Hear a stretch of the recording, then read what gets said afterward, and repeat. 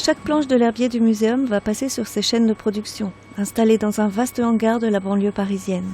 Un choc pour ces échantillons qui vont passer de l'obscurité des casiers à la lueur des scanners.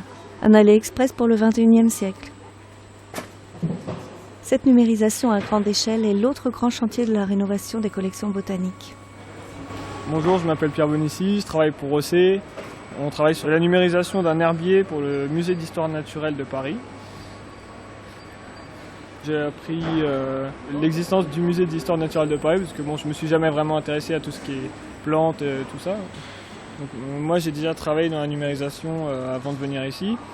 C'est un travail qui demande d'être minutieux, rapide. Il faut faire vraiment attention de ne pas abîmer tous ces spécimens de qualité.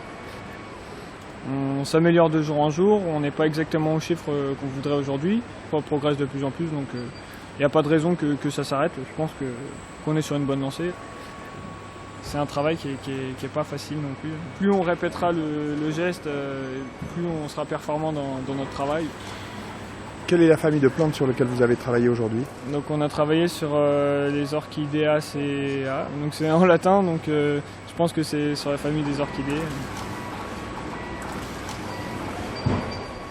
J'ai commencé en septembre 2009 et avec l'équipe on a commencé en avril 2010. Et on a eu une formation au musée. Donc ça c'était très intéressant. Toutes les équipes ont pu voir comment était l'herbier jusque-là et comment il va être demain. On a au total un peu moins de 10 millions de planches à numériser. Donc forcément, sur la quantité, c'est un projet qui est énorme. Tout ce qu'on a monté ici, c'est quand même un investissement assez lourd. Tout a été conçu sur mesure. Une chaîne pour une équipe de prod, c'est 3000 planches par jour.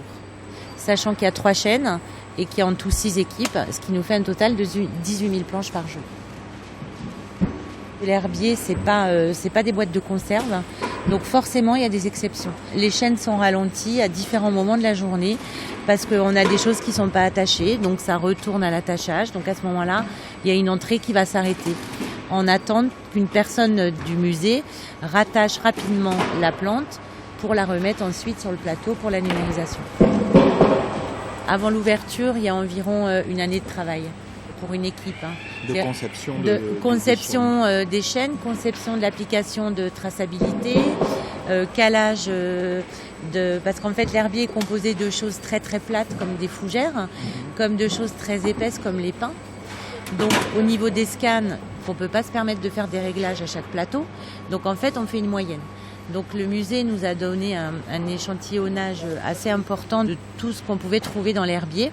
Et à partir de là, notre prestataire a fait des tests et des paramétrages.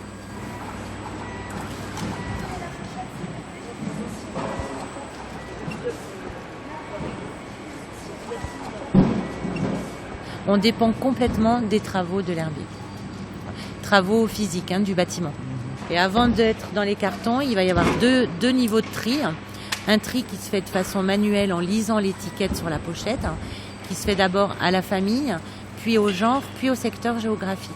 Le dernier niveau de tri, il est à l'espèce par ordre alphabétique. Et ça, c'est automatisé grâce à nos étiquettes d'indexation, toujours avec le code barre. Ce qui est sûr, c'est que même à la fin de ce projet, je ne serai pas botaniste, mais en revanche, j'aurai appris plein de choses. Donc à mon niveau de jardinière de week-end, ça reste très intéressant.